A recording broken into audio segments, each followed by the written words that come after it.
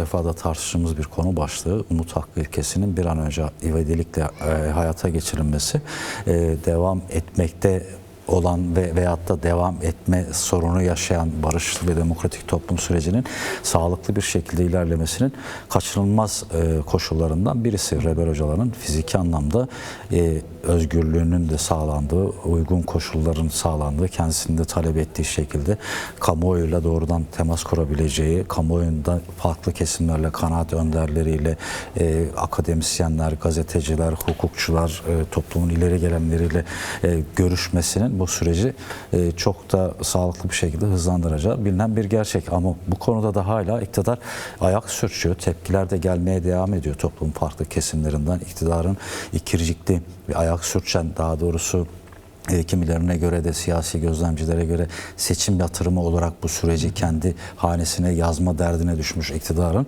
bu tutumu sert bir şekilde de eleştiriliyor. Neler söylemek istersin bu konuya ilişkin olarak? Yani birincisi yani bu süreç öyle küçük hesaplara bırakılabilecek bir süreç değil. Evet.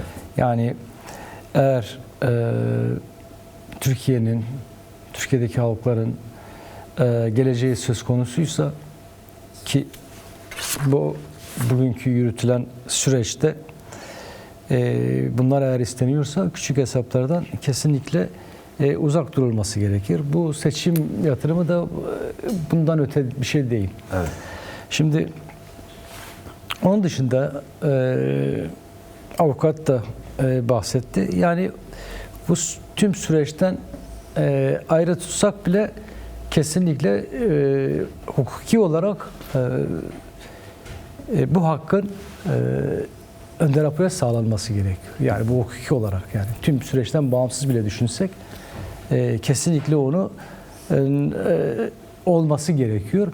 Ama şimdi Önder Apo'nun bahsettiği sadece Umut Hakkı meselesi de değil. Onu hiç gündemine bile almıyor aslında. Yani gündemine aldığı konu bu sorunun, yani sorun sadece çözülmesi gereken bir Kürt sorunu da değil.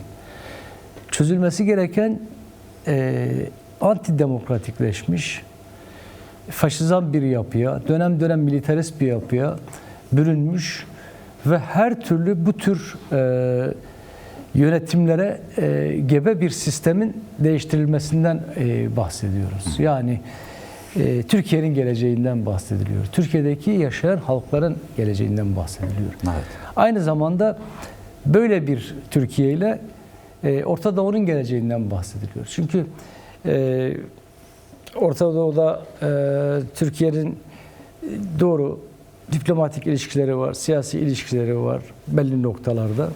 Ama bütün sınırdaki komşularıyla da hep sürekli çekişmeli ve çatışmalı bir durumu da kendi içinde, yani belki fiili olarak bir çatışmalı durum yok ama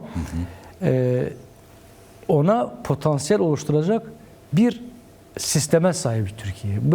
Böyle bir Türkiye'nin demokratikleştirilmesinden bahsediyoruz. Bunun yansıması İran'a olacaktır, bunun yansıması Suriye'ye olacaktır, bunun yansıması tüm Orta Doğu'ya olacaktır. Yani sorunlarını çözmüş bir Türkiye bu anlamıyla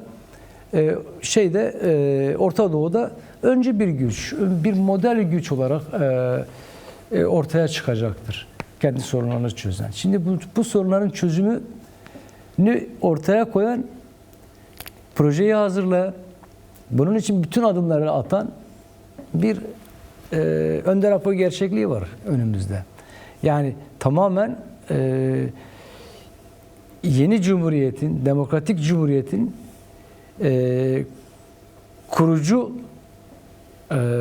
kurucu önderi olarak aslında kendini ortaya koymuş bir önderlik var ve muhatap arıyor. Aslında muhatap da karşıda çıkmaya çalışıyor. Yani biz bunu Devlet Bahçeli'nin açıklamalarından da görebiliyoruz. Yani aslında bir nevi muhataplık anlamında kendini ortaya koyuyor ama bulunduğu işte Cumhur İttifakı içerisindeki AKP'nin ayak diremeleri görünürde bu konuda bir ayak direme durumu var.